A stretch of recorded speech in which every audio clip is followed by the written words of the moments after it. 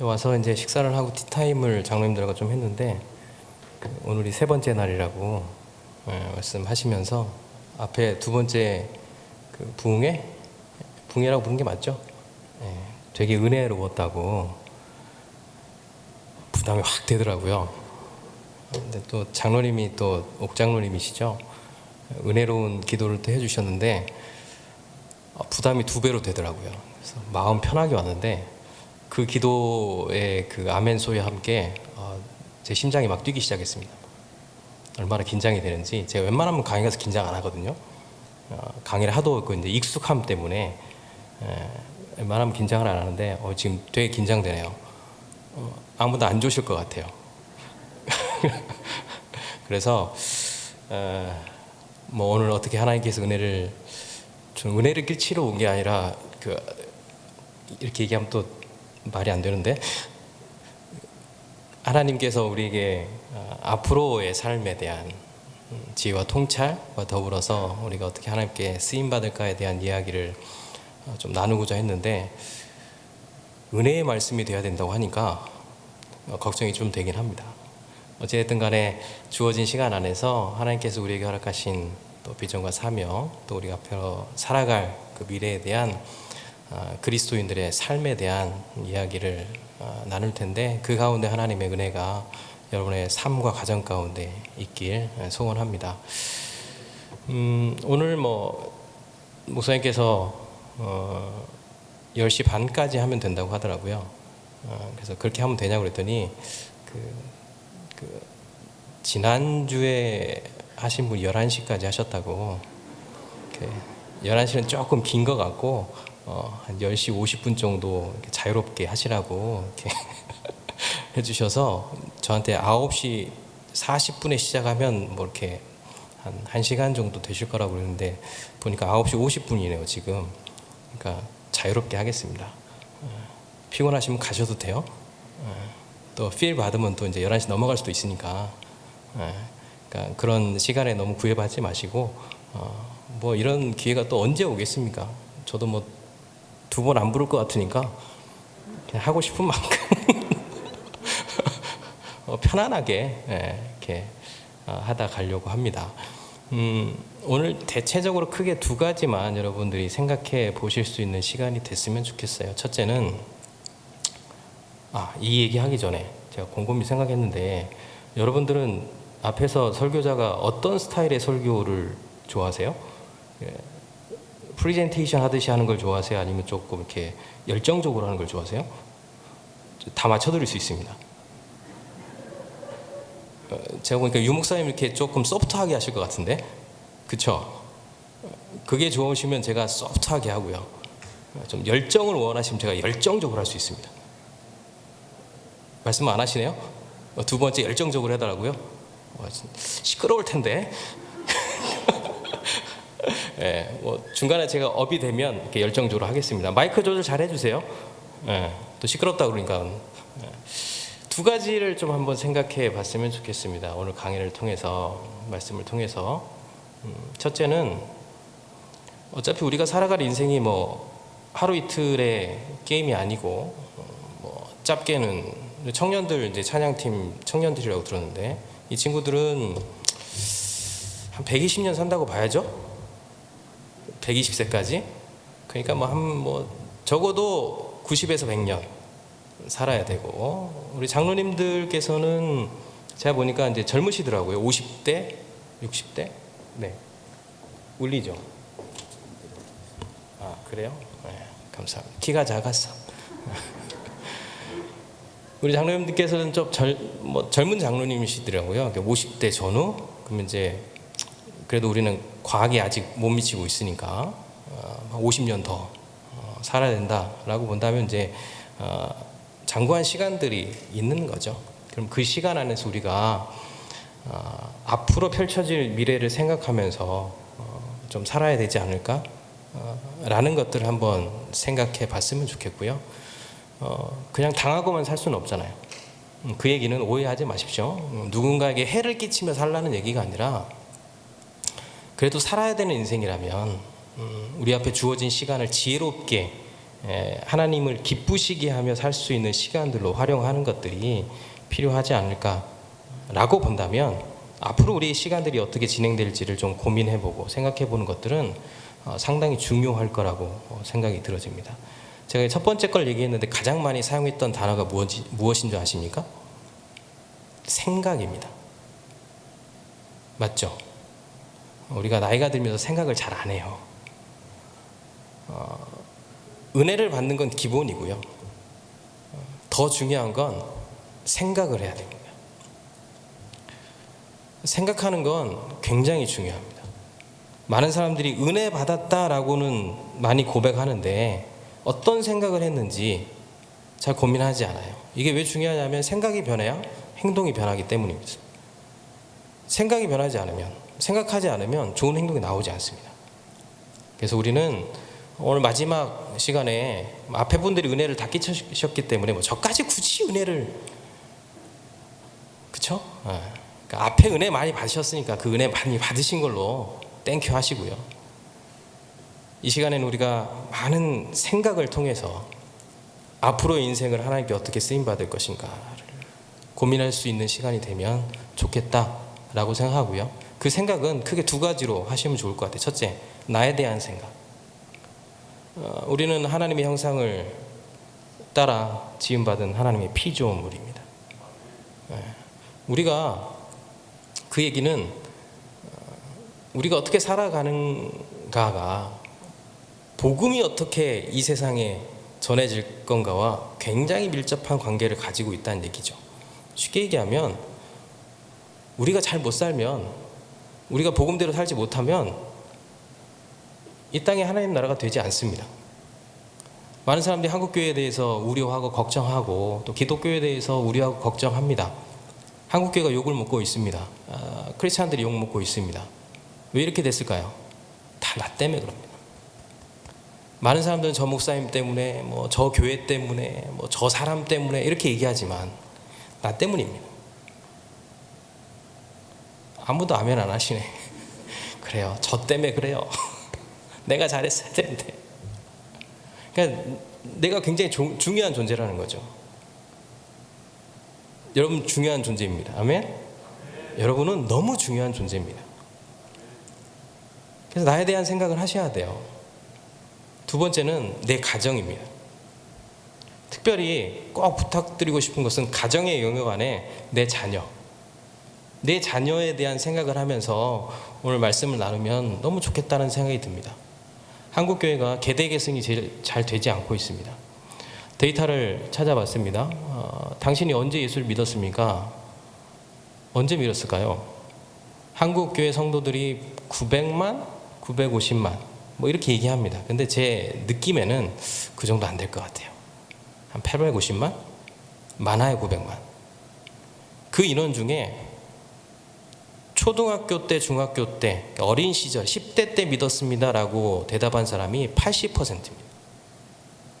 나머지 20%는 성인이 되어 예수를 믿었답니다. 우리가 느끼기에는 대학생 때 캠퍼스 전도를 통해서 예수를 믿고 CCC, YM 이런 여러 단체를 통해서 예수를 믿었던 것 같지만 한국교회 대부분의 성도들은 어렸을 때 예수를 믿었습니다. 다른 말로 얘기하면 지금 우리의 자녀들이 하나님 앞에 온전히 서지 않으면 한국교회는 끝나는 거예요. 인원적으로 봤을 때. 오해하지 마십시오. 하나님은 영원하십니다. 하나님은 살아계시죠. 하나님은 우리의 능력이십니다. 근데 우리는 그렇지 않습니다.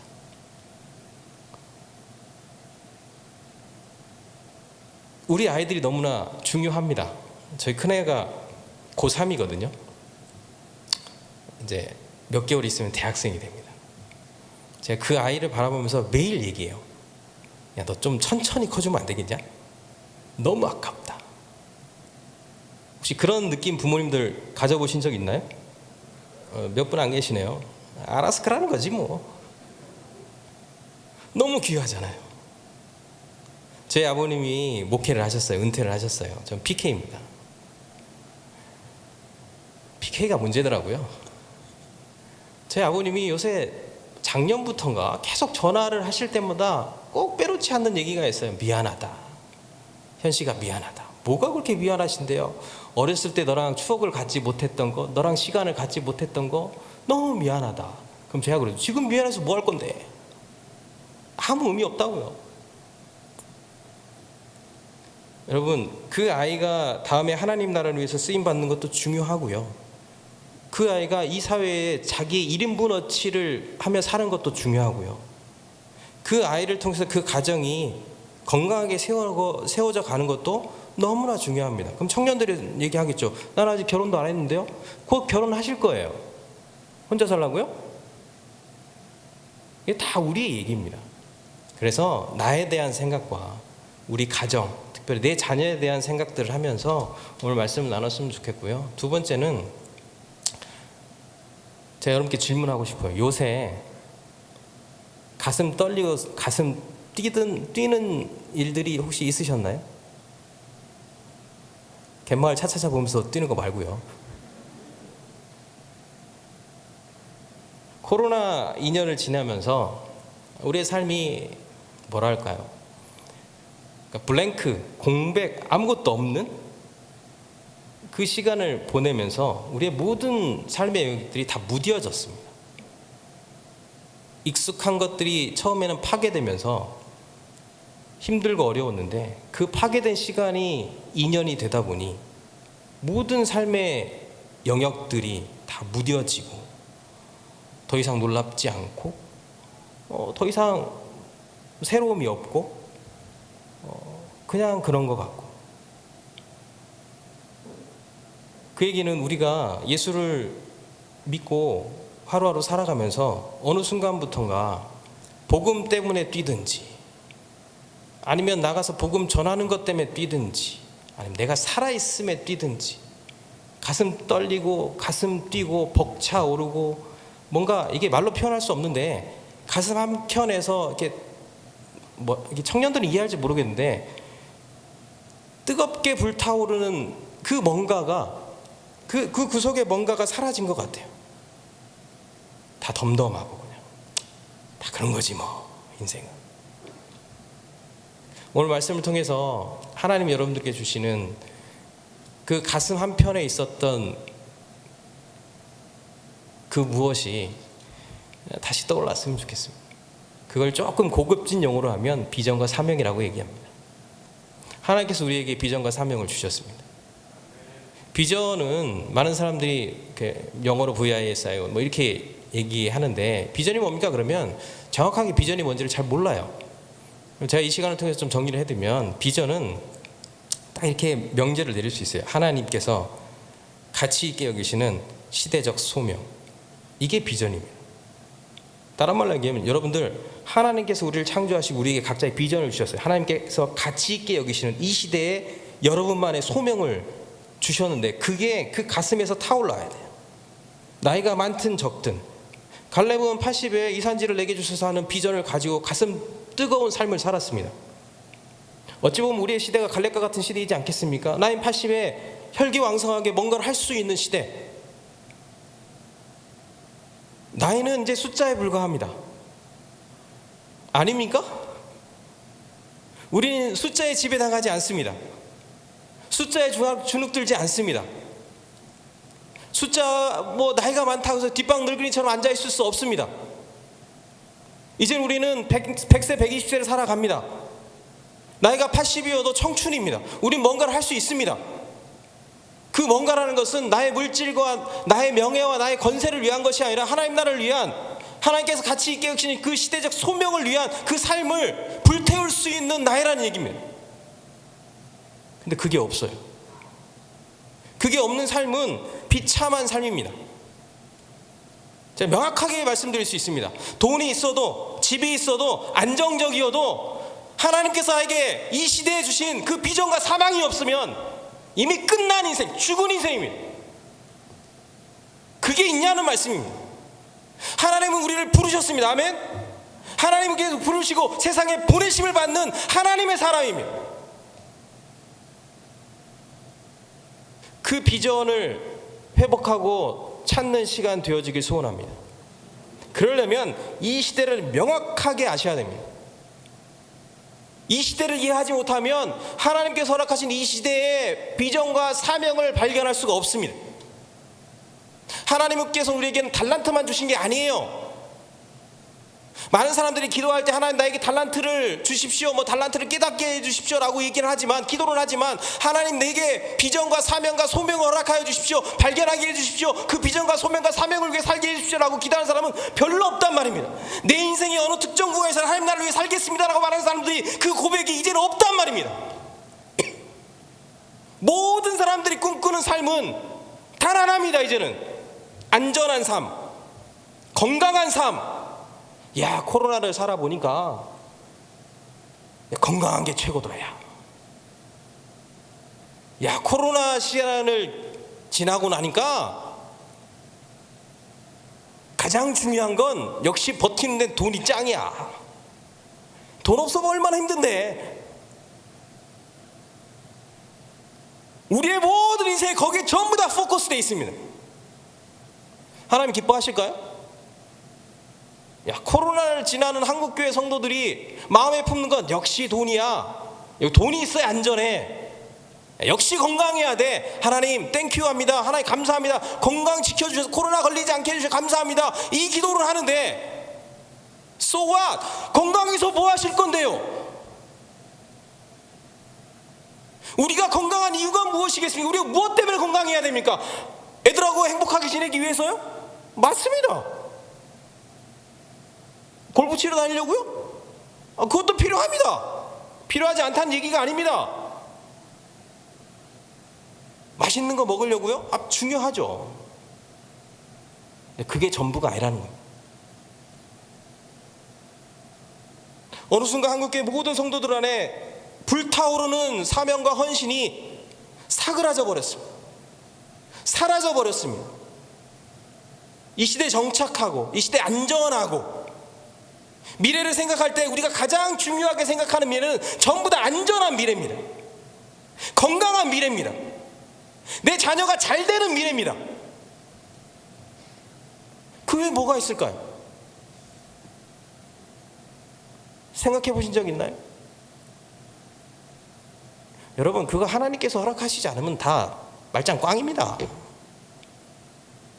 사실 내가 안전하다, 내가 경제적이든 아니면 환경적이든 건강이든 안전하다라는 것이 내가 장담할 수 있는 게 아니지 않습니까? 내가 안전하고 싶다고 해서 안전한다면 얼마나 좋겠습니까? 나 코로나 안 걸리고 싶어 하고 안 걸린다면 얼마나 행복하겠습니까? 근데 그렇게 안 되지 않습니까? 제가 코로나 2년 기간 동안, 혹시 이거 녹화돼서 이렇게 올라가나요? 잘 편집하십시오. 저의 이런 간증들은 다 빼고 이렇게 편집해서 올리셔야 됩니다. 제 2년 동안 사실 저는 강의를 하고 책을 쓰고 여러 가지 일을 하는 프리랜서이기도 합니다. 저희 교회는 10명밖에 안 되는 개척교회이기 때문에 개척교회에서 제 사례를 100% 이렇게 할 수가 없어요.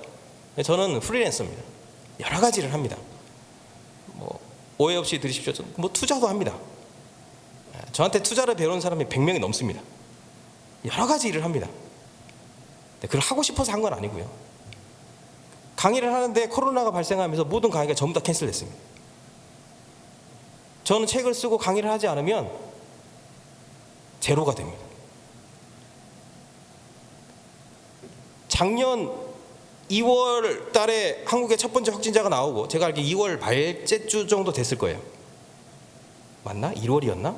하여튼 그리고 그 다음 달에 셧다운이 됐습니다. 모든 것들이 저는 제로가 됐습니다. 제가 코로나19 이전에 강의를 다닐 때는 삼성, 현대, LG 기업, 우리 한 30대 기업, 100대 기업 이렇게 강의를 많이 했는데요. 보통 현대, LG 이런 데 강의 한 3일 정도 보통 하는 케이스들이 있거든요. 하루에 8시간씩 24시간 혼자. 그렇게 강의하고 나면, 이건 이제 교만이 아니고 이제 오해 없이 드십시오.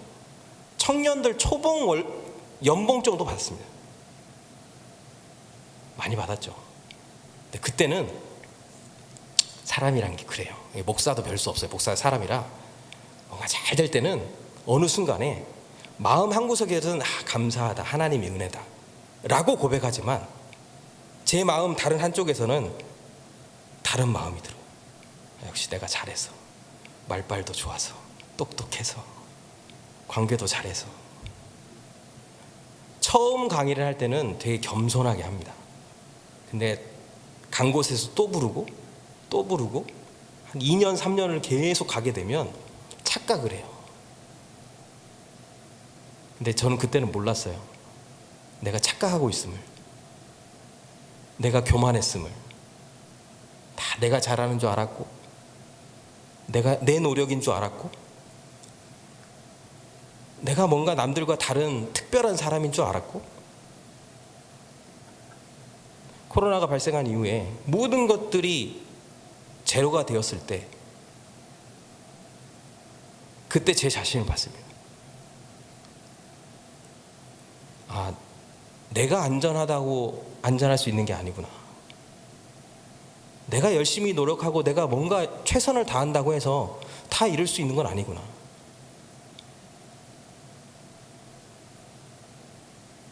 내가 뭔가를 차곡차곡 커리어를 잘 준비하고 노력을 하고 좋은 책을 써서 내가 이렇게 잘 살고 내 미래를 안전하게 지킬 수 있는 것이 절대 아니구나.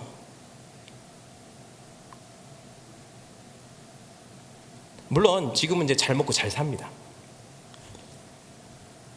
남부럽지 않게 과하다 싶을 정도로 코로나19 이전보다 훨씬 더 하나님께서 은혜를 주셨습니다. 왜 제게 그런 은혜를 주셨는지 모르겠지만 코로나 기간 동안에 그 주신 은혜를 돌이켜볼 때 제가 아내하고 항상 하는 얘기가 있어요. 딱 한마디입니다. 두렵다. 예전에는 잘 되는 게 너무 좋았는데 이젠 너무 잘 되니까 두렵다. 왜냐하면 이게 제가 한 게 아닌 걸 알거든요. 제 능력이 아닌 걸 알거든요. 앞으로 내가 살아갈 그 미래도 내가 담보할 수 있다는 걸, 할 수 없다라는 걸 누구보다 잘 알거든요. 제가 여러분께 질문하고 싶습니까? 괜찮으시겠습니까? 많은 사람들은 솔직히 말하면 지금 한국 사회는 자영업자분들, 작은 기업에서 일하시는 분들, 또 3차 산업혁명에서 뒤처져 있는 업종들, 이런 분들이 굉장히 어려운 환경 가운데 있죠. 반면에 상대적으로 안정적인 직군들, 공무원, 교사, 대기업, 이런 분들은 사실 코로나에서 큰 피해는 없습니다. 월급이 내가 생각하는 것보다 많이 오르지 않은 그런 상대적 박탈감은 있겠지만, 특별히 작년부터 전 세계 자본이 쏟아져 나오면서 제가 강의 중간에 말씀드리겠지만 굉장히 큰 자본이 쏟아져 나오면서 누구는 돈을 벌었다, 누구 투자했는데 뭐 비트코인을 했는데 뭐 현대차를 샀는데 뭐 3배가 됐다, 4배가 됐다. 지금 또 뭐 비트코인이 뭐 최고치를 경신하고 있지 않습니까? 상대적 박탈감에 따라 느껴지는 그 공허함. 청년들의 입장에서 보면 일자리가 안정적으로 내가 원하는 직군에 들어갈 수 없다라는 불안감, 이런 것들이 있긴 하겠지만 안정적인 직군들은 솔직히 말하면 지금 두려울 것도 없어요. 안 잘리니까. 근데 그게 가장 큰 문제인 걸 아십니까? 내가 안전하다고 생각하는 미래는 안전하지 않습니다. 앞으로도 괜찮을 거라고 생각하는 그 미래는 없습니다. 영원히 안정적인 사람이 어디 있겠습니까? 전 빌딩이 있는데요. 돈이 얼만큼 있는데요. 직장이 어떻게 되는데요. 그건 전부 다 그냥 지금 현재 보이는 그 무엇일 뿐이고 다 허상입니다. 우리가 이때까지 그렇게 고백했던 하나님의 은혜와 하나님이 도와주심과 하나님의 위탁과 그 모든 전제가 빠지면 아무것도 아니에요.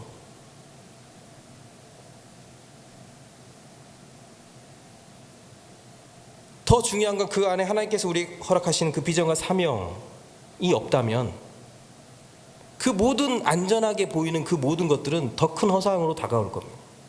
공허해질 뿐입니다. 질문하겠습니다. 여러분, 하나님께서 여러분께 주신 비전과 사명이 무엇입니까? 많은 교회 가서 제가 강의를 하는데요, 강의를 가면 성도분들이 저한테 꼭 빼놓지 않고 질문하시는 게 있어요. 뭘까요? 두 가지 물어보십니다. 집값 어떻게 될까요? 어디에 투자를 해야 될까요? 이때까지 한 명도, 제가 10년 넘게 수만 명의 목회자를 만났고요. 전국에 있는 거의 모든 목회자를 만났을 거예요. 대형 교회라는 교회는 거의 다 갔으니까 수많은 성도분들을 만났겠죠. 한 번도 목사님, 저희 아이가 앞으로 하나님의 사람으로 온전히 세워져 가며 그 미래를 하나님이 기뻐하시는 삶으로 이끌어 가려면 어떻게 해야 될까요? 라고 질문을 받아본 적이 한 번도 없어요. 전부 다 내 자녀는 앞으로 어떤 직업을 가져야 될까요? 어떤 전공을 해야 될까요? 국영수 중에 가장 중요한 게 뭘까요? 집값은 오를까요? 제가 작년에도 이 근처에 교회 갔는데, 작년 코로나, 저한테 질문하시더라고요. 집값 오를까요? 제가 명쾌하게 말씀드렸습니다. 1년 동안 무조건 오른다. 걱정하지 마라. 1년 사이 많이 올랐죠? 그때는 여기는 오르지도 않았어요. 여러분, 은연중에 우리의 삶의 목표가, 신앙의 목표가 전부 다 안전한 것, 거기에 전부 다 코로나 기간 동안에 매몰되어 있다는 사실을 여러분 생각해 보신 적 있나요? 미래하고 무슨 상관이 있냐고요?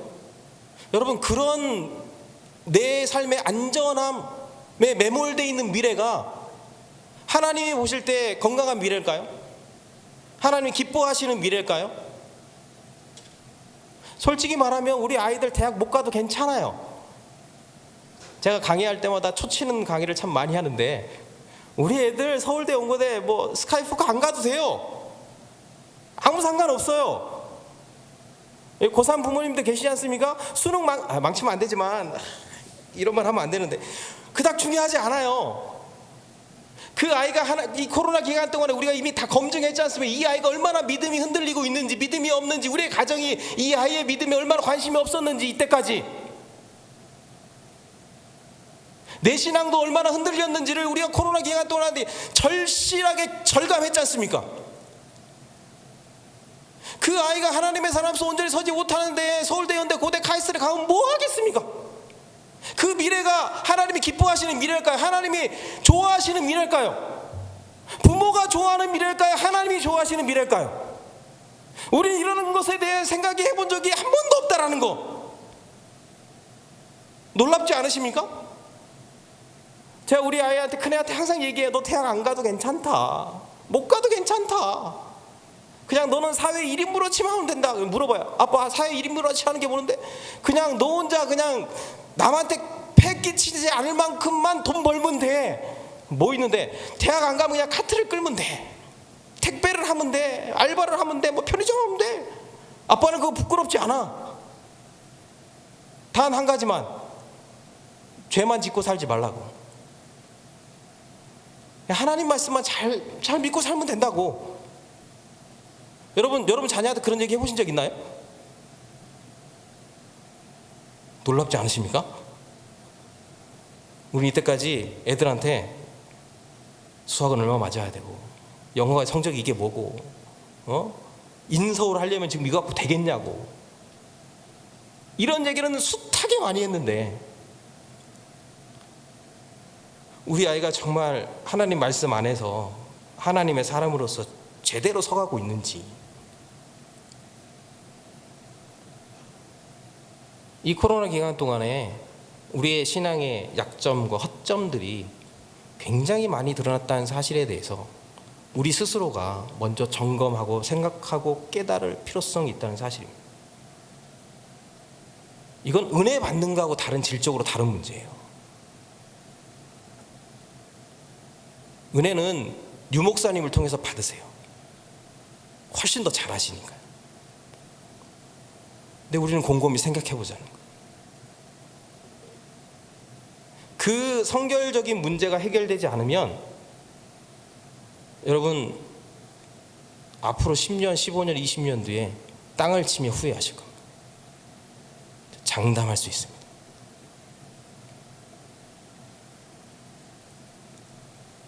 저는 한국교회와 한국교회 모든, 저를 포함한 모든 한국교회 성도들이 하나님께 잘 쓰임 받았으면 좋겠습니다. 어차피 우리는 역사에 한 줄도 기록이 남지 않지 않습니까? 뭐 대통령이 되지 않는 이상 우리가 뭐 한 줄에 뭐 역사에 그냥 티도 안 나고 사라질 거예요. 그러지 않나요? 근데 곰곰이 생각해 보세요. 우리가 얼마나 아웅다웅하고 막 그렇게 살았는지, 우리가 무엇을 그렇게 위해서 악다구니처럼 그렇게 살았는지 생각해 보면 너무 아무것도 아닌 것들이 많지 않습니까? 여러분, 하나님께서 우리에게 바라시는 것은 우리 아이들이 좋은 대학에 가서 뭐 하나님의 영광을 드러내거나, 솔직히 말하면 우리의 자녀들이 명문대에 간다고 해서 하나님의 영광이 드러나지 않아요. 왜냐하면 우리 하나님이 신이시잖아요. 신이신데 뭐 인간 따위가 뭘 얼마나 잘한다고 해서 하나님의 영광이 높아졌다 낮았다 그러면 신으로서의 어떤 좀 그렇지 않아요? 하나님은 그런 거 따지시지 않습니다. 우리가 돈을 많이 벌었다고 해서 하나님이 축복해 주셨고, 야, 믿음으로 살면 이만큼 축복받는다, 이것 때문에 하나님의 영광이 드러나지 않아요.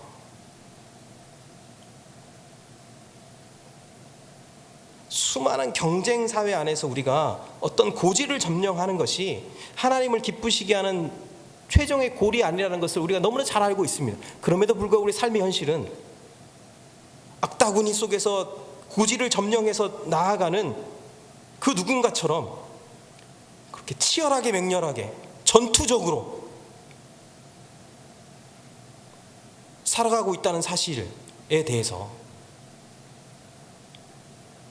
우리 스스로를 좀 돌아보고, 코로나 끝난 다음에 우리가 정말 어떻게 건강하게 신앙생활을 할 것이며 하나님이 기뻐하시는 삶과 비전과 사명을 이룬 삶을 살아갈지에 대해서 이제는 생각해야 될 때가 되지 않았나. 이 코로나 기간이 아마 그런 의미라고 저는 믿습니다. 그럼 도대체 이 시대적 모습이 어떻느냐? 이 시대를 봐야 솔직히 말하면 제가 말씀드렸듯이 비전과 사명을 찾을 거 아니겠습니까? 이 시대를 낱낱하게 다 설명할 수는 없지만 몇 가지만 좀 생각해 봤으면 좋겠습니다. 우리가 살아가는 지금의 고통과 어려움은 사실 코로나 때문만은 아닙니다. 이미 다 알고 계시겠지만 이미 우리 사회가 갖고 있는 근본적인 위기가 코로나19 이전부터 있었습니다.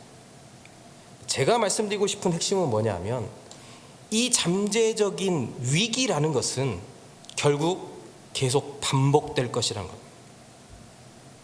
잘 생각하셔야 됩니다. 우리가 살고 있는 시대의 가장 핵심 화두는 자본주의인데 다 아시죠? 이 자본주의는 한 번의 문제만 발생하지 않고 우리가 살아가는 동안 주기적으로 반복적으로 패턴적으로 위기를 만들어냅니다. 지금까지도 그래왔고 앞으로 살아가는 시간도 역시 그럴 겁니다. 우리가 지난 25년 동안 한국 사회는 4번의 경제적 위기가 있었습니다. 97년, 98년 IMF 위기, 2000년대 초반의 카드 대란, 2008년대 서프라임 우준 사태, 그리고 지금 4번입니다. 25년 동안 4번의 경제적 충격과 위기가 있었다면 앞으로의 25년, 30년은 어떻게 될까요? 최소한 한 번 이상의 위기는 온다, 안 온다? 온다. 무조건 온다, 안 온다? 무조건 온다. 자본주의는 부채 때문에 발생하는 위기가 가장 큽니다. 근데 그 부채는 세 주체가 부채를 내죠. 하나는 정부, 또 하나는 기업, 또 하나는 개인. 이 세 주체가 빚을 통해서 경제를 일으키고 흥망성쇠를 맞이하게 됩니다. 97년, 98년 IMF 위기는 기업의 부채가 발생한 문제였습니다.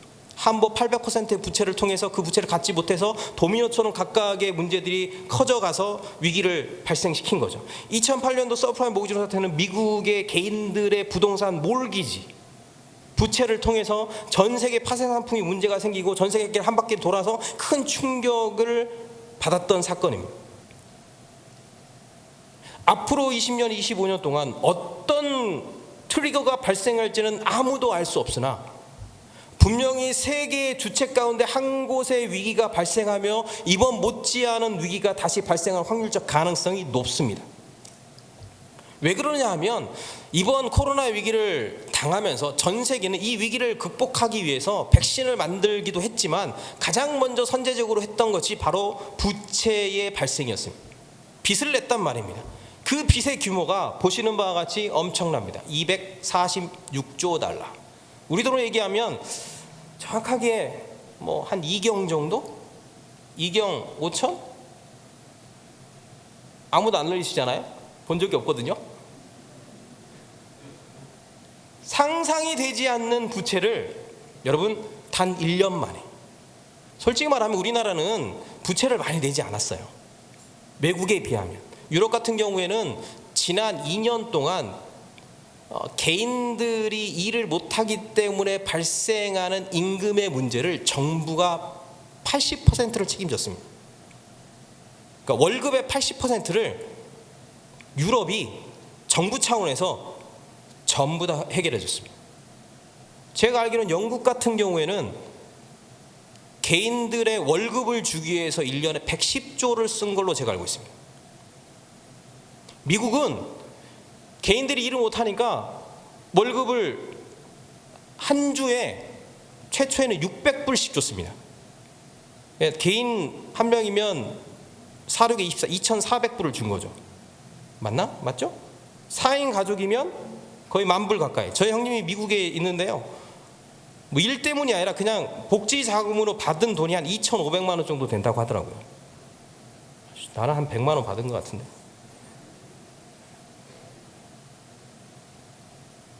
정부가 돈을 개인들한테 너무 많이 주니까 개인들이 일을 할 필요가 없어서 사람을 구할 수가 없었습니다.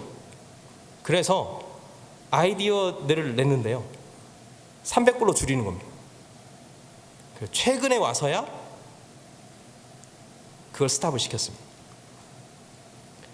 그만큼 돈을 많이 풀었다는 얘기예요. 질문, 이건 전부 부채인데요, 이 부채는 어떻게 될까요? 1번 사라진다, 2번 누군가는 갚아야 된다. 1번, 2번. 2번이죠. 우리나라 자영업자들은 지난 1년 동안 한 분기에 제가 알기로는 자영업자들의 부채가 46조 정도 되는 걸로 알고 있습니다. 물론 그 부채로 연명하지 못한 실업자들도 한 25만 명 정도 됩니다. 자영업자 실업자들이. 그러니까 자영업을 포기한 거죠. 결국은 이 부채는 경제적 위기를 막아냈지만 누군가는 다 갚아야 돼요. 우리나라 부채가 지금 개인 부채가 1,800조입니다. 코로나19 발생하기 전에는 제가 알기로는 1,600조였습니다. 단 1년 만에 200조가 늘었습니다. 놀랍지 않으십니까? 집을 사고 투자를 하고 투기를 했습니다. 이 암담한 현실을 바라보면서 대학생들, 청년들이 비트코인, 가상화폐 투자를 했습니다. 물어봤습니다. 얼마나 했니? 평균 1인당 대학생들이 400만 원 정도의 가상화폐에 투자한답니다. 대학생들은 돈을 벌지 않잖아요. 평균 400만 원이니까 기본적으로 봤을 때 윗단 아랫단 끌어내면 보통 한 1,000만 원씩 투자한 거예요. 누가? 대학생들이. 아무도 안 놀라시네요. 그 정도 규모가 되나 봐요. 경제적 규모가. 전부 다 부채를 통해서 경제를 회복시켰는데 문제는 그 부채를 갚아야 된다는 얘기죠. 갚을 수 있을까요? 자영업자들이 부채를 갚으려면 앞으로 코로나가 끝나고 난 다음에 어떻게 해야 되냐면 방법은 두 가지 중에 하나예요. 첫째, 자영업자들이 발생시킨 부채를 정부가 전면 다 제로 베이스로 만들어준다든지, 안 갚아도 돼, 괜찮아, 정부가 책임질게, 자영업자들 힘들었으니까 부채 낸 거 정부가 다 갚아줄게 라고 한다든지, 아니면 벌어서 갚아야 돼요. 근데 왠지 느낌엔 첫 번째는 안 해줄 것 같죠? 저도 안 해줄 것 같아요. 두 번째밖에 없어요. 벌어서 갚아야 돼요. 얼마나 벌어야 될까요? 심플하게 계산하면 코로나19 이전보다 매출이 2배가 늘어야 돼요. 매달. 왜요? 코로나 기간 동안에 부채를 냈기 때문에 그걸 갚아야 되고, 코로나가 끝나도 위드 코로나 기간 동안에 먹고 살아야 되니까 생활비가 있어야 될 거 아니에요. 그러니까 2배를 벌어야 된다는 계산이 나오는 거예요. 질문, 2배를 벌 수 있을까요? 없어요. 금리가 제로 베이스에 가까이 계속 10년, 20년, 30년을 쭉 유지한다면 아무 문제가 없겠지만 부채 금리는 오릅니다. 제가 작년부터 금리 예측을 했는데요, 제가 작년에 그런 얘기를 했어요. 지금이야 금리를 이제 한국은행이 올리고 뭐 미국이 올린다는 신호가 있으니까 다들 뭐 금리 올린다 아파트값 어떡하냐 막 이런 고민을 하지만, 작년 초까지만 해도, 코로나가 딱 터졌을 때까지만 하더라도 다 경제학자부터 시작해서 애널리스트 전부 다 뭐라 했냐면 2023년 말이나 돼야 뭐 금리 올린다 이런 얘기를 했단 말이에요. 여러분들은 관심이 없어서 모르겠지만 저는 거기에 전문가니까 계속 모니터링을 하니까 제가 그때 뭐라 그랬냐면, 그렇지 않다, 절대 그럴 수 없다. 왜? 단 6개월 만에 일경 5천억 이상 일경 넘는 부채를 한순간에 올렸는데, 그걸 다 갚으려면 금리를 올릴 수밖에 없다. 그 인플레이션부터 시작해 그걸 어떻게 할 것이냐, 결국에는 금리 인상 속도로 빨라질 수밖에 없다. 제 예측에는 2023년이 아니라 빠르면 2022년 말, 늦어도 2023년 1월, 2월, 3월 1분기가 되면 올릴 가능성이 높다. 제가 그 얘기 했거든요. 지금은요, 다 기정사실화하고 있습니다. 내년 말, 내후년 초가 되면 금리 올리겠죠. 우리나라는 금리를 2번 인상했습니다. 한 번 인상했나요? 11월 달에 올릴 가능성이 높습니다. 내년 분기에도 올릴 가능성이 높습니다. 주담대는 지금 뭐 5% 가까이, 미국은 아마 2%에서 2.5%까지 올릴 가능성이 높겠죠. 그럼 우리나라 주담대는 한 7% 이상 올라갈 겁니다. 7%. 집 사는데 보통 3억 빌립니다. 7% 이자는 37에 21, 2,100만 원입니다. 이자만. 한 달에 200만 원씩. 원금 불안상을 하면 변동금리는 훨씬 더 많이 내겠죠. 아파트값까지 떨어진다고 생각해 보십시오. 그 허탈감과 그 자괴감과 그 궁핍함과, 많은 사람은 지금 언론에 보면 이런 얘기를 합니다. 그 금리 0.25% 올라봐야 한 20만 원 이자 올라오는 건데 그건 버틸 수 있어. 외식 몇 번 안 하면 되지. 외식 몇 번이 외식 수준을 넘어서고 금리 인상이 최대치까지 가서 바로 떨어지지 않고 그게 지속 가능하게 몇 년을 유지한다면 괜찮을까요? 세상은 정해진 미래와 정해지지 않은 미래가 있습니다. 정해진 미래는 정해진 수준대로 갑니다. 세상의 이치 구조 안에, 하나님의 섭리 안에서 가야 될 방향성대로 가게 되어 있습니다. 생로병사를 통해서 인간은 태어나서 겨울에 이르기까지 한 바퀴를 돌고 천국에 가는 겁니다. 지옥에 갈 수도 있겠네요. 하나님이 계획하신 대로 우리 인생은 갈 수밖에 없는 거예요. 저출산 고령화요? 갑니다. 정해진 미래예요. 깰 수 없어요. 보통 출산 정책이 바뀌려면 30년 이상 드라이브를 해야 됩니다. 우리나라는 출산 정책을 제가 알기로는 1년에 10조 넘게 썼고 10년 이상 투자를 했음에도 불구하고 출산 정책이 바뀌지 않고 있어요. 출산율 오르지 않고 있어요. 앞으로 30년 동안 우리나라 인구가 폭발적으로 늘어날 확률적 가능성은 높지 않습니다. 한국교회도 주일학교가 계속해서 줄어갈 확률적 가능성이 높아요. 근데 이 교회는 주일학교 늘고 있잖아요. 이 교회만의 특별한 하나님의 은혜인 줄 믿으시길 바랍니다. 다 그런 게 아니에요. 그래서 교만해질 필요는 없어요. 어디 가서 자랑할 것도 없어요. 그냥 하나님께서 이곳에 그냥 좋은 교회를 우리를 통해서 허락하신 거예요. 감사한 거죠. 감사하면서 영적인 부담감을 가지셔야 됩니다. 야, 우리 교회 잘 된다, 우리 교회 잘 모인다. 제가 보니까 모일 수밖에 없어요. 건물 좋죠, 목사님 좋으시죠, 성도들 따뜻하죠, 주변에 아파트 많죠. 갈 만한 교회가 없어. 스크린도 줘. 갈 만한, 대적할 만한 데가 없잖아요. 찬양팀도 잘하더만. 개척교회 가겠어요? 개척교회 부담스러워서 안 가요. 가면 내 신앙이 다 뽀록 나거든요.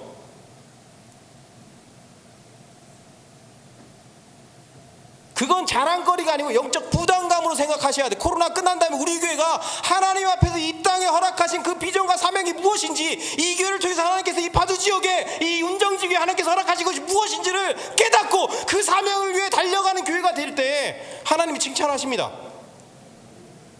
자랑거리가 아니라 영적인 부담감을 가지고. 여러분, 우리가 착각할 수 있어요. 제가 제일 한국교회 착각하는 것 중에 염려스러운 건 뭐냐 하면, 11월 이후에 한국교회가 위드 코로나로 가면서 모여서 예배할 수 있는 환경이 되었을 때가 가장 부담스럽습니다. 왜 그런지 아십니까? 인간은 기본적으로 만나고 싶은 욕구가 있고요, 온라인은 안 돼요. 절대로. 편리할 수는 있는데 그 편리함이 의미 있고 가치 있다고 말할 수는 없어요. 그게 양육이 잘 되고, 성도 안의 교회, 처치는 커뮤니티입니다. 맞죠? 처치 안에 커뮤니티는 의미가 있는 거예요. 공동체란 말이에요. 공동체성이 나타날 수가 없어요. 그리고 인간은 필연적으로 만나야 돼요. 코로나 2년 동안 여러분 경험했던 게 뭡니까? 사람이 고프다는 거였잖아요. 코로나19 이전에 교회 가면 퍽적지근하고 막 싸우고 부딪히고 너무 부담스러웠어요. 그러지 않아요? 주방 봉사를 하려 해도 내 맘 같지 않은 사람이 너무 많아. 콩나물국 갈아 끓인 것도 뭐 이렇게 사람들이 이 말 저 말이 많은지. 인간은 그래요. 찬양팀에 찬양대 모여서 연습하는 것도 진짜 만만치 않아요. 막 부담스럽고 어떨 때는 가기 싫고. 여러분, 주일학교 교육자가 제일 힘든 타이밍이 언제인 줄 아십니까? 연말이에요. 왜 그런 줄 아세요? 다 교사를 안 하겠대. 목사님, 저는 한 턴만 쉬겠습니다. 그럼 이제 교육자들이 나서서 얘기해요. 아니요, 집사님 안 계시면 우리 부서가 돌아가질 않아요. 막 이러면서. 집사님의 기도로 우리 교회가 일어섭니다. 그것도 안 되니까 막 각 교회마다 뭘 만드냐면 10년 근속, 20년 근속 막 반지 하나 껴주고 막. 그게 잘해서 껴준 게 아니에요. 자꾸 안 한다 그러니까. 이렇게 얘기하면 싫어하겠지만 어쩔 수 없어요. 다시 안 부를 거잖아. 할 말 다 하고 갈래요. 그만큼 부담스러워 했단 말이에요. 근데 코로나를 겪어보니까 그냥 부담스러워지고 싶어. 모든 연령대는 안 그래요.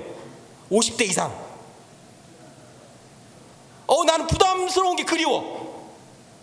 막 싸우더라도 막 교회에서 싸우고 싶어. 막 안 하던 봉사가 막 하고서 막 땡겨. 막 뭐라도 하나 해야 될 것 같아. 평소에 기도도 잘 안 해, 찬양도 잘 안 하고. 근데 하나님의 성전에 와서 앉아있으면 찬양 소리만 들어도 왜 이렇게 은혜가 되는지. 사람이 고파서 그런 거예요. 사람은 그렇게 작동하게 돼 있어요. 그래서 하나님께서 아담과 하와를 이렇게 만들어 주신 거예요. 창조의 섭리가 그런 거예요. 코로나가 딱 발생했을 때 아빠도 회사 안 가, 엄마도 회사 안 가, 애들도 학교를 안 갔어요. 갑자기 온 가족이 집에 있는 거예요. 너무 부담스럽죠. 막 내 남편이 막 식충이 갖고 막 삼식이 갖고 은퇴하고 삼식이 하자. 벌써 삼식이야 막 속으로. 남자분들은 모르세요. 제가 밥을 해봐서 알아. 저는 주말마다 제가 밥하고 설거지하고 막 하거든요. 우리 애들이 청소하고 빨래만 저희 아내가 해요. 저희 아내가 밥하려면 제가 말려요. 제발 하지 말라고. 내가 할 테니까. 제가 그런 사람이에요. 겁나 바쁘거든요. 근데 제가 내 아내를 위해서, 내 가족을 위해서 밥하고 빨래를 안 하는데 밥하는 게 너무 행복한 거예요. 제가 그래서 취미가 뭐냐 하면 집안에 주방기구를 사는 거. 최근에 스팀팝 알아요? 스팀팝? 인스턴트팝 몰라요? 그 전기로 한 압력솥이 있어요. 그걸 왜 했냐면 두 가지가 해주고 싶었거든요. 하나는 그 수육을 해서 아내를 해주고 싶었고, 하나는 수비드 스테이크를 우리 애들한테 해주고 싶어서 샀어요. 근데 놀라운 사실은 뭐냐면 주말마다 느끼는 건데요, 아침밥을 딱 해먹고 나면 먹자마자 드는 생각이 뭐예요? 그거라니까. 점심은 뭐 먹지? 점심 준비하면서 저녁은 뭐 먹지? 제가 그래서 월요일마다 하는 일이 뭐냐면 주말 메뉴를 짜는 거예요. 그걸 제가 한 2년 가까이 했거든요. 물론 이제 코로나 전에도 했어요. 근데 코로나 기간 동안 쭉 했으니까 2년이 된 지금은 제가 어떤 생각을 하냐면 점심은 뭐 시켜 먹을까? 다 느끼시고 우리 주부도 다 느끼잖아, 그죠? 그게 주부의 마음이에요. 근데 처음에는 되게 부담스러웠는데 시간이 지나면서 그게 행복해지더라고요. 애들한테 설문을 했어요. 한국의 청소년들한테. 처음에 학교를 안 가고 집에 있으니까 어떻느냐 라고 했더니 애들이 미쳐버리겠대요. 80%가 그랬어요. 엄마 잔소리, 아빠 잔소리, 맨날 공부만 하라 그러고 너무 싫다. 그리고 사실 아빠는 주말에 보는 존재였잖아요. 그쵸? 애들 학교 일찍 가고 학원 끝나고 늦게 들어오고, 그리고 아빠도 늦게 들어오고 일찍 나가고, 그러니까 아빠라는 존재는 주말에 그냥 잠깐 보는 존재였는데 매일 북적북적 하니까 너무 힘든 거야. 그런데요, 6개월, 1년 지나고 다시 설문했어요. 뭐라고 했을까요? 청소년들이, 10대들이 너무 행복하대요. 내 얘기가 아니라니까.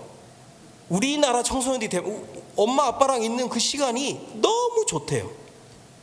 무슨 의미냐면 이때까지 그렇게 살아보지 못했기 때문에 그 시간과 그 환경이 너무 힘들었는데 막상 같이 지내보니 이게 가족이구나, 이게 행복이구나를 누가 느꼈다는 거예요? 10대들이 느꼈다는 거예요.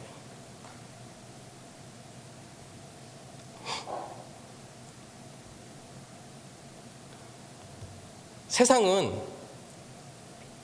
모든 것이 변하지 않을 것 같지만 어떤 순간에 변하고요, 모든 것들이 변할 것 같지만 어느 순간에 변하지 않아요.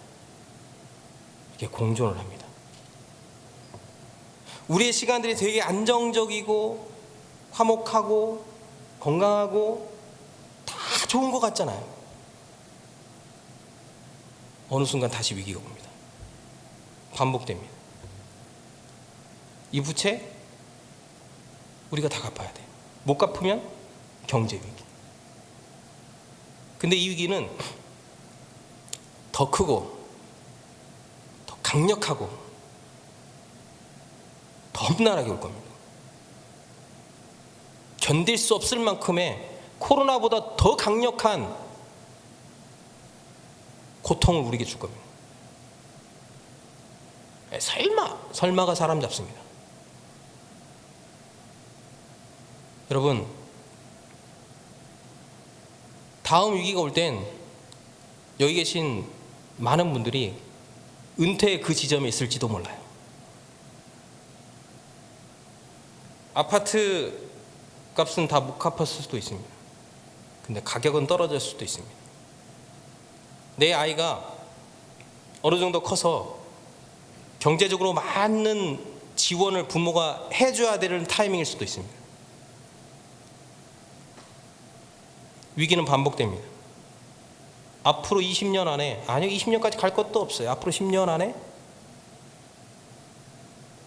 반드시 다시 위기가 옵니다.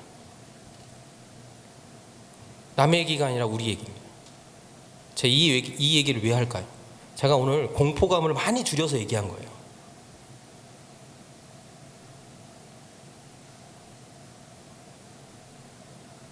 이 위기를 통해서, 다시 오는 위기를 통해서 우리가 반드시 생각해야 될 것은, 내 인생의 안전지대는 없으며 지금부터 준비하지 않으면 건강한 내일은 올 수 없으며, 내가 아무리 잘 준비했다 하더라도 내가 믿음으로 온전히 서 있지 않으면 어느 것도 극복할 수 없다라는 거.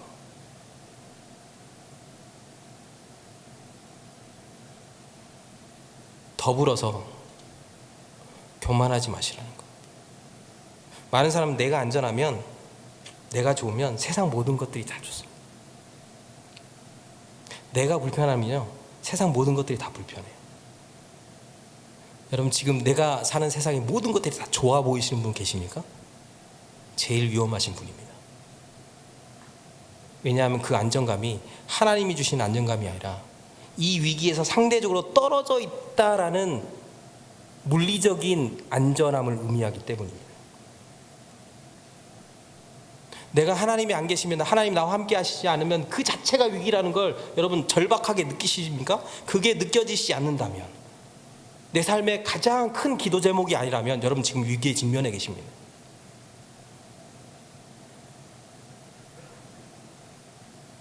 여러분, 이 코로나 기간 동안에 다시 한번 하나님을 절박하게 찾을 수 있는 은혜가 있길 소원합니다. 위기는 끝나지 않습니다. 다시 옵니다. 반복됩니다. 또 옵니다. 선 줄로 알거든 넘어질까 조심하라 그랬습니다. 우리 모두가 이 코로나 기간 동안에 하나님을 찾고 의지하고 하나님께 더 가까이 갈 수 있는 놀라운 은혜가 있길 소원합니다. 그러면 우리가 이 과정 가운데, 벌써 끝나야 될 시간이 됐는데요, 서로도 못했는데, 이 기간 동안에 우리가 반드시 깨달아야 할 게 있습니다. 다 넘어가겠습니다. 한국교회 위기, 잠깐 이거 말씀드릴까요? 중요한 얘기가 있네. 한국교회는 위기 안 끝나요? 계속 위기예요. 어쩔 수 없어요. 숫자적으로 계속 줍니다. 이게 2020년, 30년, 40년. 이 교회는 근데 예외이기 때문에 말씀 안 드린 겁니다. 계속 사람들이 올 거니까, 좋은 보이니까 자만하지만 않으시면 돼요. 우리가 잘해서 그런다라고 착각만 안 하시면 돼요. 이 교회를 통해서 이 지역 가운데 하나님께서 계획하신 게 무엇인가를 기도하며 준비하며 그곳에 우리의 모든 역량을 집중하신다면 이 시간들이 한국교회는 위기이지만 이 교회는 분명히 축복된 시간일 거로 믿습니다. 겸손하게 잘 감당하시면 되고요. 어차피 이건 중요한 거고, 두 번째는 이 시대가 이 위기 못지않게 반드시 이 위기를 통해서 생각해야 될 건 속도입니다. 과거에 비해 우리가 살아가는 속도가 굉장히 빨라지고 있다는 거. 그 속도의 핵심은 변화입니다. 코로나19 기간 동안 2년 동안 모든 것들이 다 변했습니다. 그 변화의 핵심은 변했다가 아니라 그냥 서빙을 로봇이 한다, 어제 이렇게 로켓을 발사했지 않습니까? 로켓을 발사했다, 이런 변화가 아니라 변화의 핵심은 속도입니다. 코로나 이전보다 코로나가 끝난 이후부터 그 속도가 그 체감상 굉장히 빠르게 다가온다는 겁니다. 이 속도를 이해하지 못하면 도태될 가능성이 높습니다. 교회적으로 얘기하면 교회의 환경과 시스템과 모든 속도가 이전보다 훨씬 더 빨라질 겁니다. 구태의연한 사고방식 가운데 머물러 있으면 이 교회는 하나님 앞에 쓰임받을 수 없습니다. 교회 모든 시스템과 환경과 여건들이 다 바뀔 겁니다. 내가 이때까지 좋아했던 것들은 더 이상 좋아하지 않을 수도 있습니다. 누가? 예수를 처음 믿는 사람들이. 코로나19 기간 동안 우리가 반드시 생각해야 될 건 핵심은 뭐냐면, 속도가 빨라지기 때문에 우리가 속도에 적응하고 속도를 이해하는 게 필요하다. 교회가 앞으로 코로나19가 끝난 다음에 여러분들이 많은 의사결정을 해야 될 겁니다. 제가 담임 목사님과 장로님께 티타임에서 잠깐 말씀드렸지만, 사역 같은 것도 코로나와 전혀 다른 사역들이 코로나19 이후에 있습니다. 일부는 코로나19 이전의 사역들이 다시 들어올 거고요. 그게 변하지 않는 겁니다. 사람을 만나야 된다고 했지 않습니까? 대신방부터 시작해서 이전에 했던 것들을 다 할 겁니다. 제3세계, 그러니까 필리핀, 몽골부터 시작, 이런 나라들이 백신까지 다 접종하면 해외 선교도 다시 갈 겁니다. 이전으로 다 돌아갈 겁니다. 그리고 더불어서 코로나19 기간 동안 2년 동안 했던 사역까지 다 한다 그러면 착각.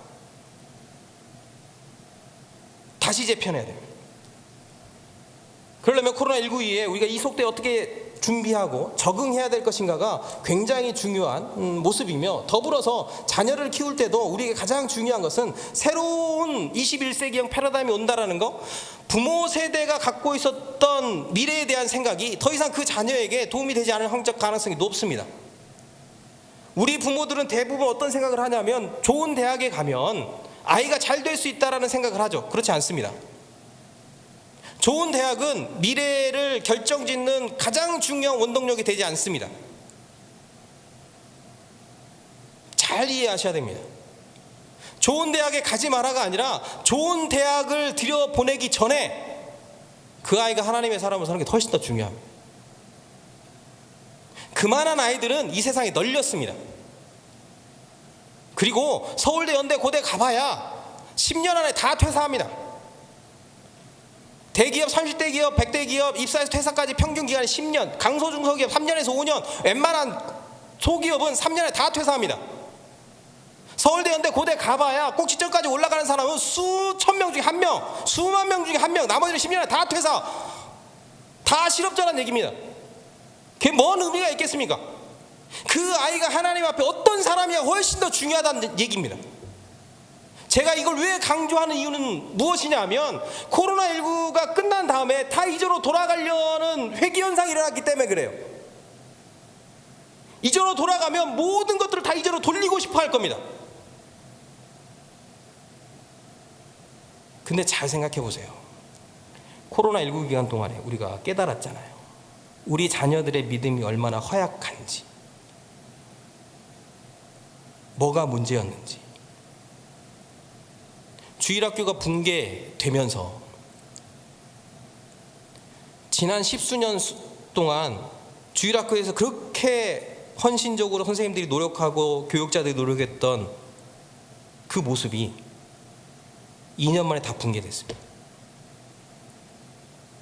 가정에서 그 역할을 했어야 되는데 가정도 영적으로 붕괴됐습니다. 한국교회는 그래서 대안으로 가정예배를 드려야 된다, 가정예배 운동을 했습니다. 됐습니까? 결론적으로 말하면 안 됐습니다. 왜? 애들이 싫어하거든요. 싫어하는 결정적인 이유 중에 하나는 뭐냐면 부모가 가정예배를 못해요. 역량이 없어요. 엄마 아빠가 가정예배를 처음에는 합니다. 뭐 열심히 하죠. 그래서 쭉 가다가 더 이상 할 얘기가 없어요. 그다음 어떻게 될까요? 잔소리를 해요. 성경을 빙자한, 말씀을 빙자한 잔소리가 시작됩니다. 너 요셉처럼 살아야 돼. 요셉같이 하나님께 쓰임받는 사람이 되려면 너 그렇게 해도 되겠어? 너는 그렇게 해도 안 되는 거야. 막 애들 한겨울 흘립니다.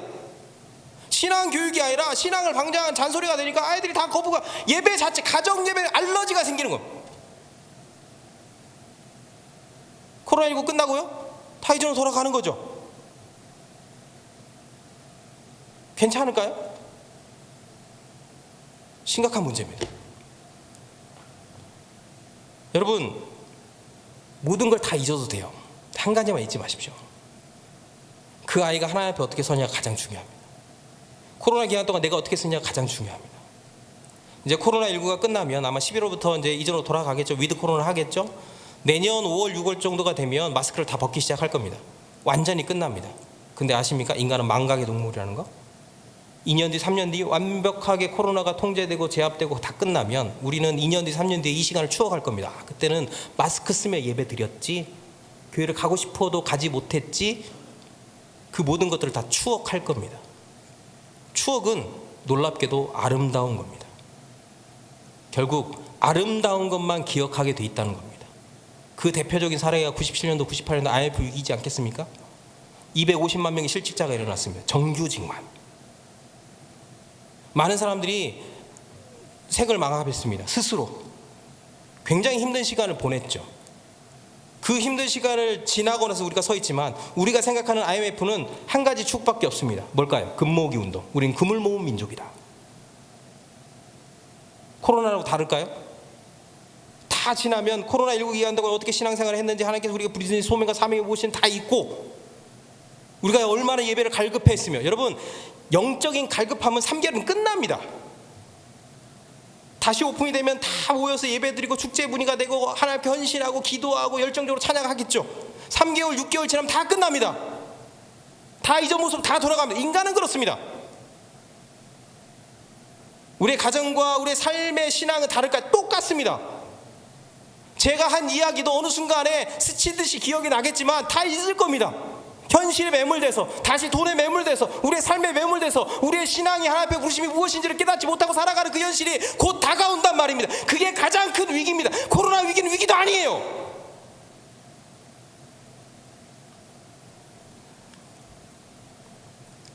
여러분, 이 코로나는 어떻게 보면 하나님께서 우리에게 주신 금쪽 같은 시간일 수 있습니다. 우리의 신앙을 돌아보고 우리의 삶을 돌아보며 우리의 미래를 점검할 수 있는 가장 좋은 시간으로 2년을 주셨습니다. 이제 이 코로나가 끝납니다.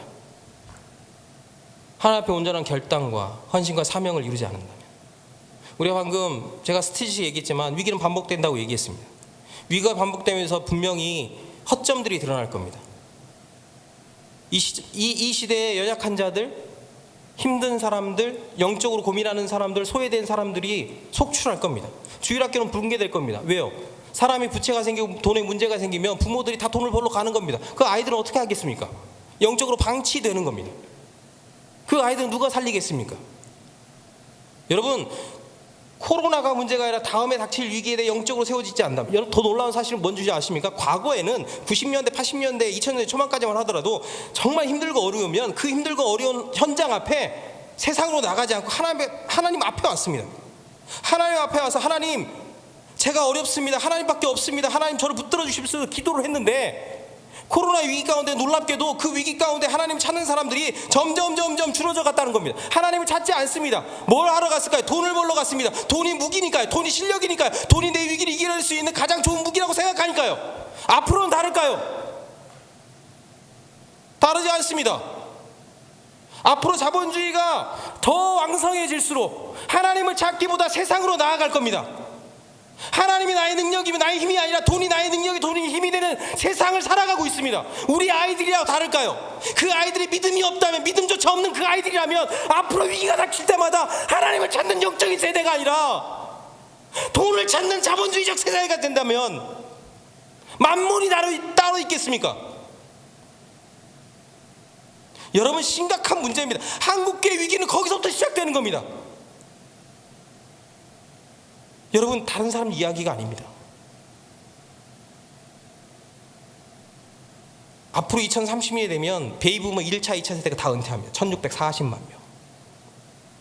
50세 전후까지 물리적으로 은퇴하는 사람 치면 2700만 명입니다. 그때부터 정점에 이르러서 우리 인구는 지금도 줄지만 더 줄어가게 될 겁니다. 우리나라 출산율 0.74명입니다. 0.81명입니다. 아이들이 태어나지 않고 있습니다. 한국계 900만 중에 청년 세대가 2%입니다. 2958은 18만 명입니다. 허리가 없습니다. 주일학교도 없습니다. 차트에서 보셨지만 50대 전후가 가장 많습니다. 그들이 천국 가면 더 이상 한국 교회에 지탱할 만한 인적 자원이 없다는 얘기입니다. 속된 말로 2030년 넘어가면 한국 교회 절반은 없습니다. 영적 세대가 단절되어지며 하나님 앞에 온전히 쓰임받는 세대가 더 이상 나타나지 않는다는 겁니다. 그거보다 더 심각하고 절박한 위기가 어디 있겠습니까? 우리가 하나님 앞에 온전히 서지 않는다면 이 영적 계승의 시대가 멈춰지며 이 땅에 하나님을 찾는 사람들이 줄어든다는 것은 가장 큰 위기입니다. 다시 질문하겠습니다. 우리는 무엇을 해야 될까요? 잘 먹고 잘 살고 많이 벌고 잘 놀고 편안해지고 다들 지금 계획하고 있지 않습니까? 코로나 끝나면 어딜 여행 갈까? 저도 하고 있습니다. 제 큰아들한테 항상 얘기합니다. 야, 코로나 끝나고 다 괜찮아지면 영국 가자, 손흥민 보러 가자. 그게 의미 없다는 얘기가 아닙니다. 그것과 더불어서 하나님께서 우리에게 주신 이 시대의 비전과 사명이 무엇인지, 우리가 교회를 어떻게 튼튼하게 세워져 갈 건지, 내 믿음을 어떻게 견고하게 세워져 가야 될 건지, 앞으로 코로나 끝나면 이 교회 안에 하나님의 사람들이 많이 몰려 들어올 겁니다. 아멘? 안 몰려들까요? 몰려들 수밖에 없겠더라고요. 하나님을 찾는 사람들이 다 올려올 겁니다. 그들을 영적으로 세워가는 게 이 교회의 사명인 줄 믿습니다. 그게 여러분께 주신 사명입니다. 멈추지 마십시오. 절박해지십시오. 안전하지 마십시오. 안전하지 않은 길로 가십시오. 도전하십시오. 남들이 가지 않는 길로 가십시오. 하나님이 기뻐하시는 일을 하시길 소원합니다. 그래야 코로나 끝난 다음에 하나님께 칭찬받을 수 있습니다. 이 교회를 통해 이 지역이 하나님 나라가 되어지는 놀라운 은혜가 있길 소원합니다. 그것에 대한 열망과 뜨거움을 가지고 기도하며 헌신할 수 있는 운정교회 되어지길 소원합니다. 우리 같이 한번 찬양하고 기도했으면 좋겠는데요.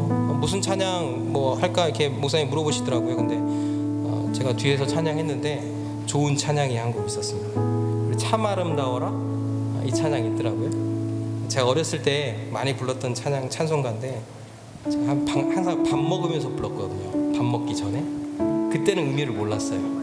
참 아름다워라 주님의 세계는. 코로나를 겪어보니까 알겠더라고요. 이 세상이 얼마나 아름다운 것인지, 하나님이 세우신 이 세계가 얼마나 놀라운 것인지. 이 세계 안에 하나님께서 우리를 부르셨습니다. 여러분, 안주하지 마십시오. 이 아름다운 하나님의 세상이 더 아름다워질 수 있도록 우리를 부르셨습니다. 복음 때문에 가슴이 뛰지 않는다면 여러분 기도하시길 소원합니다. 내가 복음을 전하는 데 있어서 가슴 떨리지 않는다면 여러분 기도하시길 소원합니다. 내가 잘 먹고 잘 살고 맛있는 거 먹고 좋은 데 여행 가는 것도 필요하겠지만 그거 못지않게 하나님 나라를 위해 내 인생을 헌신할 수 있는 귀한 사명이 없다면 그거보다 더 끔찍한 그리스도인들은 없을 겁니다. 하나님, 나를 통해 이 아름다운 세상이 되어질 수 있도록, 이 아름다운 세상이 더 아름다워질 수 있도록 하나님 나를 사용하여 주십시오. 우리 이런 마음을 가지고 같이 한번 찬양했으면 좋겠습니다. 참 아름다워라 주님의 세계는 저 솔로몬의 옷보다 더 고운 백화. 참 아름다워라 참 아름다워라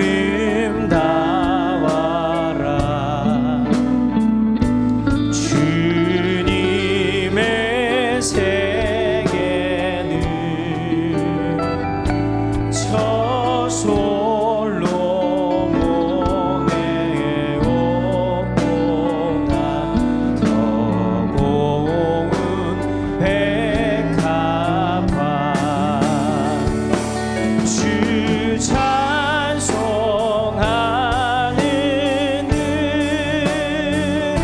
저 맑은 새소리 내 아버지의 지으신 그 솜씨 기도나. 망망한 바다와 늘 푸른 봉우리 다 주 하나님 영광을 잘 드러내도다. 우리 두 가지만 놓고 기도했으면 좋겠습니다. 첫째는 하나님, 이 아름다운 세상, 우리 자녀들이 이 세상을 더 아름답게 할 수 있는 하나님의 사람으로 쓰임 받을 수 있도록 도와주십시오. 또 하나는 내가 이 땅에 안주하지 않고 돈 많고 건강한 거는 하나님이 허락하셔야 되는 거고요. 내게 주어진 상황 아래서 이제는 복음을 위해 가슴 뛰는 삶을 살 수 있도록 도와주십시오. 너무 무덤덤한 삶을 살고 계시지 않습니까? 복음에 대한 열정과 가슴 떨림이 없다면 하나님 복음으로 인하여 가슴 뛰게 하시고 하나님 나라에 쓰임 받는 것에 열망할 수 있는 삶이 될 수 있도록 도와주십시오. 우리 같이 두 가지를 위해서 기도하겠습니다.